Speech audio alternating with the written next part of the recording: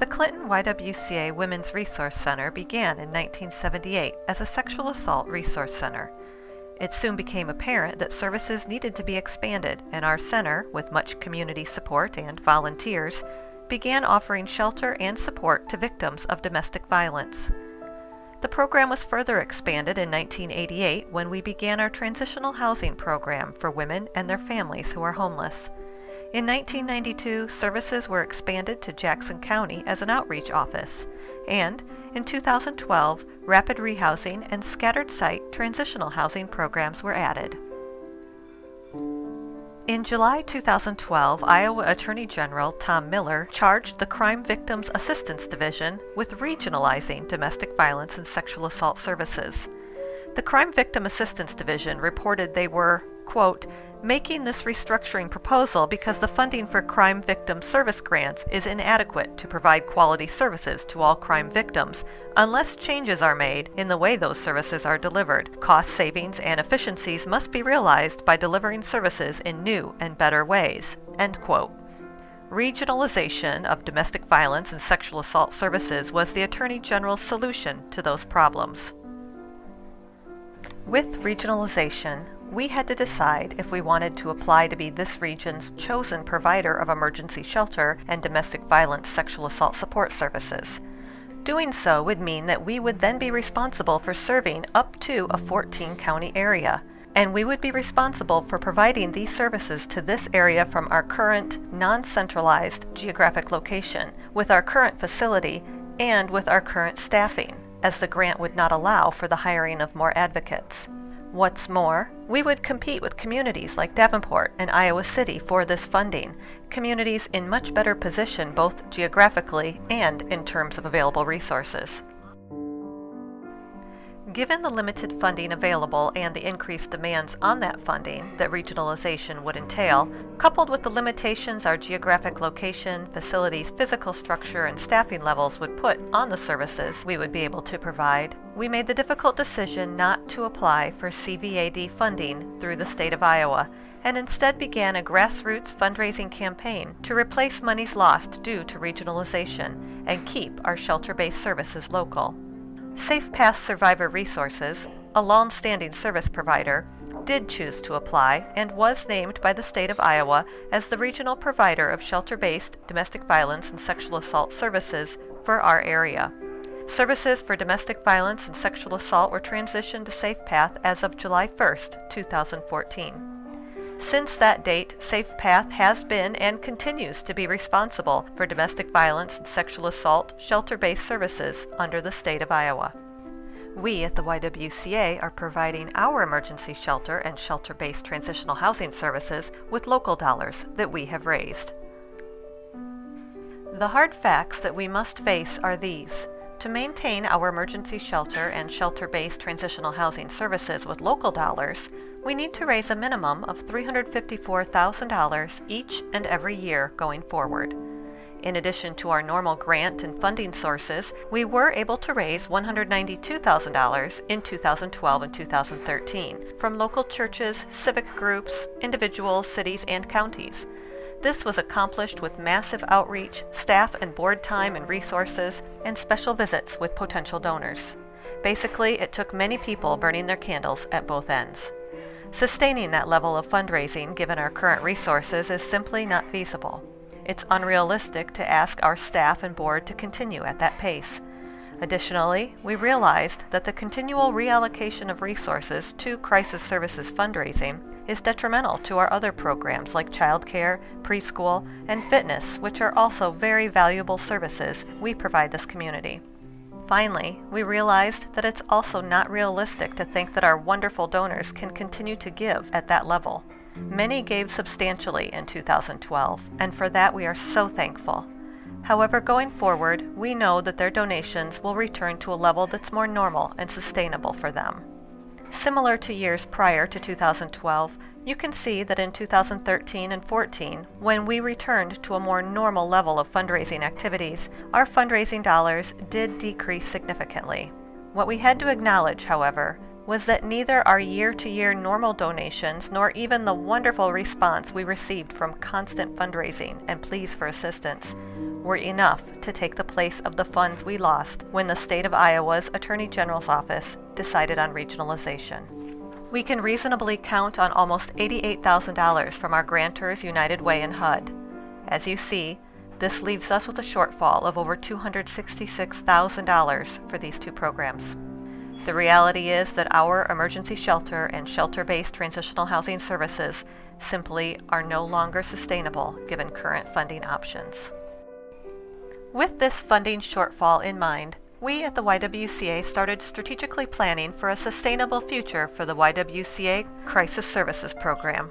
Armed with the hard facts, it was initially decided we should close these two programs in February 2015, when our HUD grant ended. However, with the help of a very generous donor and dear friends of the YWCA, we received funds to sustain the emergency shelter and shelter-based transitional housing through June of 2015, giving us time to properly prepare and transition both clients and staff, and plan for our transition into providing new services to our community. Ultimately, the YWCA Board of Directors voted to close the emergency shelter and shelter-based transitional housing program effective June 30th, 2015.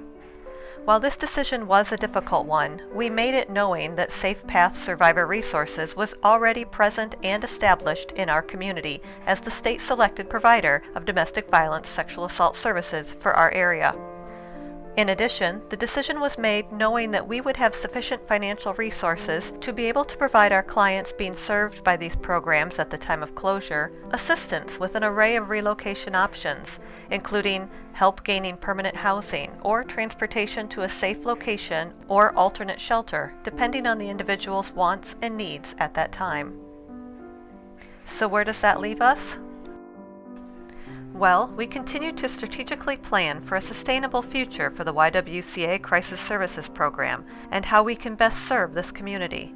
While we no longer are this area's provider of domestic violence sexual assault services, we have committed to sustaining our rapid rehousing and scattered site transitional housing programs. Both of these programs are also grant funded, so yes, they are susceptible to disruptions in their income stream if funding for those grants is decreased or eliminated. However, because recent research has shown these types of housing programs to be more successful in the long term than, say, emergency shelter type programs, current funding trends are moving in this direction as well. Part of our strategic plan is to adapt to these new funding opportunities, which we feel will be more sustainable going forward. At the same time, this will allow us to provide those services to our community which research has proven to be more effective. Another positive is that the funding for these programs does not limit us to serving only people affected by domestic violence or sexual assault, but will open us up to assisting entire families affected by homelessness as well. So while we remain committed to serving domestic violence and sexual assault survivors with our housing programs, we are also really optimistic about expanding the population we serve to include providing rapid rehousing services to homeless families, a demographic currently not being assisted in our community. Ultimately, this change will enable us to serve even more people in our community than we have in the past. And we will continue to provide men, women, and children affected by domestic violence, sexual assault, stalking, or harassment short-term emergency relocation assistance through our rapid rehousing program, and longer periods of stabilization and safe housing through our 2-year scattered site transitional housing program. Here, those affected by domestic violence, sexual assault, stalking, or harassment can have the time they need to restart their lives as they are given the opportunity to re-educate themselves or job search. The decision to end our emergency shelter and shelter-based transitional housing programs was in no way a quick or easy choice for any of us, and we fully acknowledge that it may be as difficult for supporters and friends of the YWCA to hear as it was for us in making the decision. However, given all that we now know about funding options available to us, the direction of funding trends, and what current research tells us about the most impactful methods of providing social services, we feel confident that we are making the best possible choice for our organization and the people we serve. Not everything is changing. For example, the YWCA has always been and will continue to be a strong advocate for victims of domestic violence and sexual assault, both in our community and at the state and federal levels. We invite you to join us in advocating for victims of domestic violence and sexual assault, for women's rights and human rights. In addition to advocating, we will continue to serve this population through our scattered site housing services, and we are looking forward to now having the opportunity to serve an even broader population and positively impact the lives of even more people, including entire families, in our community. And yes, we will continue to need donations to fund our current programs, which we will operate through June of 2015. And going forward, we will need our community's support as we fund things like case management services we provide in our scattered site transitional housing and rapid rehousing programs, as we pay for childcare for our clients as they attend school or work, as we cover the many housing costs and moving expenses one encounters when starting over, or the potential prescription and medical costs faced by those we serve, among other things. We thank you, our longtime friends and supporters, for your assistance during this transition, and we invite you to be part of this new chapter of the YWCA. As we expand our scattered site transitional housing and rapid rehousing services, we will need support of both you and the community as a whole.